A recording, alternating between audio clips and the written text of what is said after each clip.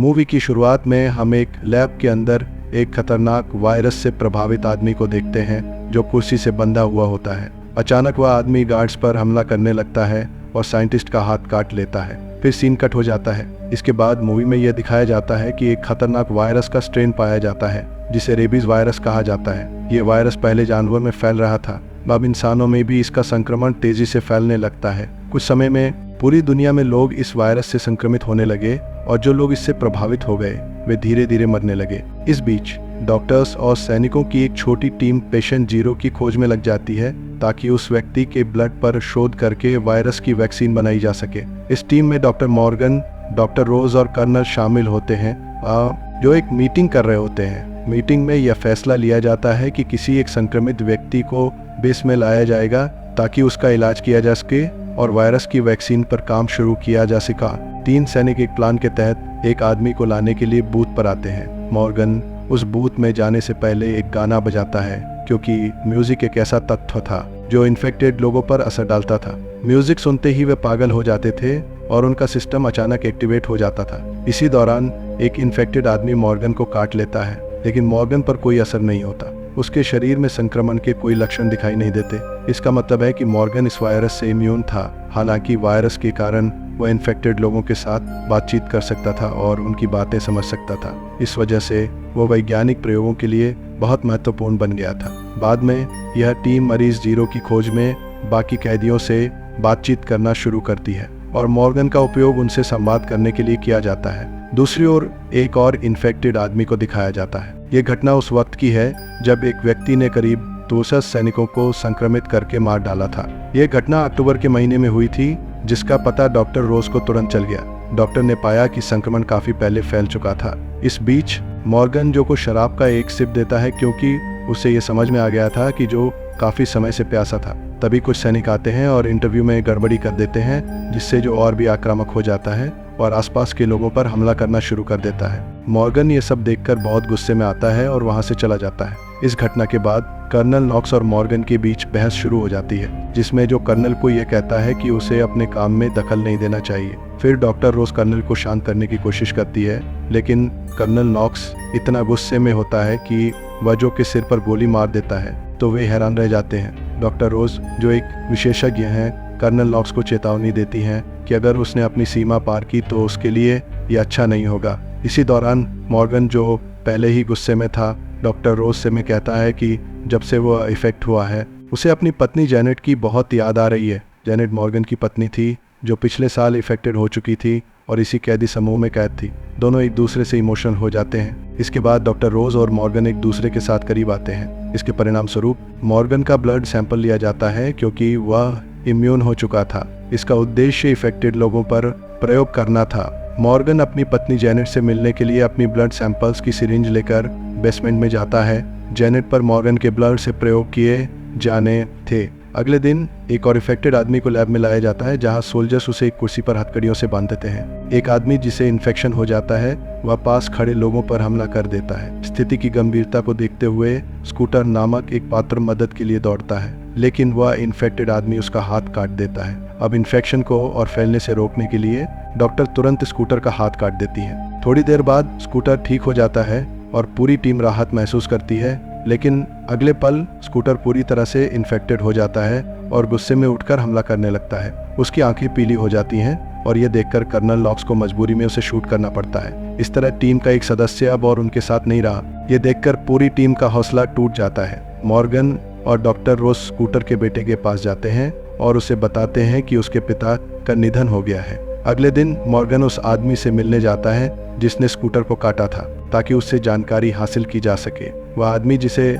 Morgan Peter नाम देता है, कुछ भी बोलने से इनकार कर देता है। गुस्से में आकर मॉर्गन उसे गन के बल पर सवाल पूछता है, लेकिन डॉक्टर रोज उसे रोक देती हैं। थोड़ी देर बाद मीटिंग रूम में बेस के हेड जनरल पियर्स, डॉक्टर रोज, मॉर्गन और उनकी टीम के वरिष्ठ सदस्य एक चर्चा करते हैं। रोज और मॉर्गन दोनों बताते हैं कि पेशेंट जीरो का पता लगाना जरूरी है क्योंकि वही वायरस के शुरू होने का स्रोत है। उनका मानना है कि मिनेसोटा में यह वायरस शुरू हुआ था और वहीं पर शोध करना चाहिए, लेकिन कर्नल नॉक्स इस ऑपरेशन के खिलाफ होते हैं और कहते हैं कि डॉक्टर रोज उनका वक्त बर्बाद कर रही हैं। डॉक्टर रोज का कहना था कि अगर पेशेंट जीरो का पता नहीं चलेगा तो किसी भी ब्लड, सीरम या वैक्सीन का निर्माण करना असंभव होगा। वह बताती हैं कि इफेक्टेड लोगों में अधिक आक्रामक व्यवहार देखे जा रहे हैं और सभी मरीजों के लक्षण अलग अलग हैं। जितना ज़्यादा समय हम बर्बाद करेंगे उतने ज़्यादा इफेक्टेड लोग होंगे और अंत में हमारा ये शेल्टर भी वायरस से प्रभावित हो सकता है। ये सब सुनकर जनरल पियर्स इस बात पर सहमति जताते हैं और डॉक्टर रोज को ऑपरेशन के लिए मंजूरी दे देते हैं। इसके बाद रोज जेनेट के लिए मॉर्गन का ब्लड सैंपल लेती है और परीक्षण की तैयारी शुरू कर देती है। लेकिन रोज को ये समझ में नहीं आ रहा था कि मॉर्गन का ब्लड वायरस से कैसे इम्यून हो सकता है, क्योंकि इससे पहले उसने मॉर्गन के ब्लड से तैयार किए गए सीरम को एक लैब के रेट्स पर टेस्ट किया था। उस टेस्ट में सीरम ने 5 मिनट के लिए रिकवरी दी थी। लेकिन अब सवाल यह था कि क्या मॉर्गन के ब्लड से बनवाए गए सीरम में वह ताकत है जो वायरस के प्रभाव को पूरी तरह से खत्म कर सके, जिसमें एक नई बीमारी के फैलने के बाद इंसानों की जिंदगी में बड़े बदलाव आते हैं। इस कहानी में डॉक्टर रोज मॉर्गन और कर्नल लॉक्स जैसे मुख्य पात्र हैं जो विभिन्न घटनाओं में शामिल होते हैं। कहानी की शुरुआत होती है जब डॉक्टर रोज मॉर्गन एक मरीज पर एक नया टेस्ट करने का फैसला करती है। ये मरीज पेशेंट 0 होता है, जो बीमारी के फैलने का मुख्य कारण था। इसी दौरान डॉक्टर रोज मॉर्गन को यह महसूस होता है कि वह मॉर्गन के बच्चे की मां बनने वाली है, लेकिन मॉर्गन अभी भी अपनी पत्नी जेनेट से प्यार करता है, इसीलिए वो इस स्थिति को और उलझाना नहीं चाहता और वहां से चले जाते हैं। वहीं कर्नल लॉक्स और उसकी टीम अपने प्रभावित लोगों को श्रद्धांजलि दे रहे होते हैं। तभी एक प्रभावित आदमी आता है और कर्नल लॉक्स और उसकी टीम पर हमला करने लगता है। कर्नल लॉक्स किसी तरह से बच जाते हैं, लेकिन वो आदमी कर्नल को काटने ही वाला होता है। तभी मॉर्गन आकर कर्नल की जान बचाता है।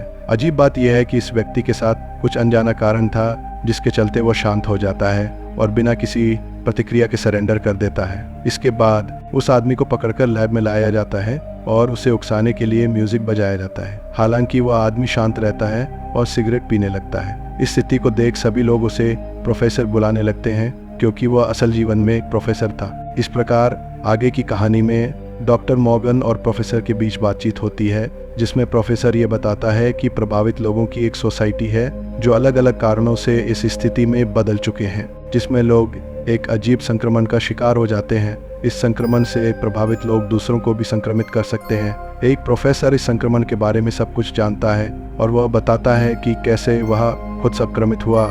वह एक दिन कॉलेज में क्लास में था और उसकी पत्नी का कॉल आया। वो बाहर जाकर बात कर रहा था कि अचानक संक्रमण से प्रभावित लोग उनकी क्लास में आ गए और हमला कर दिया। एक संक्रमित छात्र ने प्रोफेसर को भी काट लिया, जिससे वह अभी संक्रमित कौशल घर लौटने के बाद वह अपनी पत्नी को पूरी तरह से नुकसान पहुंचाता है। ये सुनकर मॉर्गन बहुत गुस्सा हो जाता है और प्रोफेसर को मारने की सोचता है, लेकिन डॉक्टर रोज उसे रोकती है और कहती है कि प्रोफेसर की बातों पर हमें विश्वास नहीं करना चाहिए, क्योंकि वह झूठ भी बोल सकता है। इस पर मॉर्गन को कुछ याद आता है और वह पीटर को ढूंढने के लिए अंडरग्राउंड जाता है। जब पीटर को पता चलता है कि मॉर्गन उसके पास आ रहा है, तो वह अपना सिर दीवार से मारने लगता है और आत्महत्या कर लेता है। जहां मॉर्गन को पीटर के पास एक ट्रांसमीटर मिलता है, जिससे यह पता चलता है कि उन इफेक्टेड लोगों ने पीटर के जरिए उनके रिसर्च सेंटर का लोकेशन हासिल कर लिया है। मॉर्गन जनरल पियर्स को यह ट्रांसमिट दिखाता है और वह तुरंत लॉकडाउन के आदेश दे देते हैं, लेकिन तब तक बहुत देर हो चुकी होती है। सभी इफेक्टेड लोग बड़ी संख्या में बेस में घुस चुके होते हैं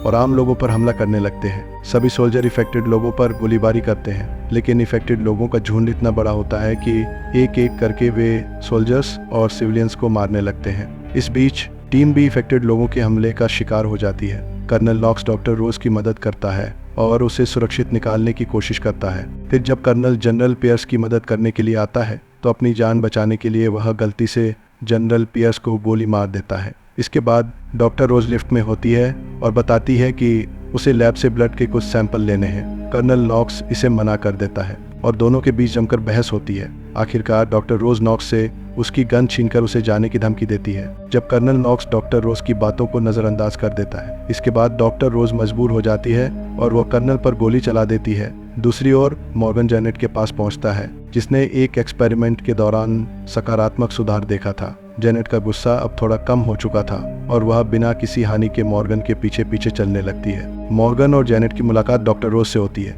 जो उन्हें चेतावनी देती है कि जेनेट के लक्षण कभी भी वापस आ सकते हैं और वह कभी भी हमला कर सकती है। लेकिन मॉर्गन डॉक्टर को समझाता है कि जेनेट अब ठीक हो रही है और वह उसे अकेला नहीं छोड़ सकता। अब तीनों मिलकर लैब में जाकर एक्सपेरिमेंट के सैंपल इकट्ठा करते हैं और लैब के एग्जिट की ओर बढ़ने लगते हैं। तभी रास्ते में उन्हें कुछ इन्फेक्टेड चूहे दिखाई देते हैं, जिन्हें जेनेट तुरंत मार देती है। जब वे पार्किंग एरिया में पहुंचते हैं, तो एक प्रोफेसर वहां आता है और कहता है कि वह मॉर्गन को मारने के लिए आया है क्योंकि पेशेंट 0 वही है। प्रोफेसर का मानना है कि अगर मॉर्गन पर किए गए रिसर्च सफल हो गए तो सभी इन्फेक्टेड लोगों को बचाया जा सकेगा। प्रोफेसर का कहना है कि मॉर्गन अब एक खतरा बन चुका है और उसे मरना जरूरी है। ये सुनकर प्रोफेसर मॉर्गन पर हमला कर देता है और दोनों के बीच लड़ाई शुरू हो जाती है।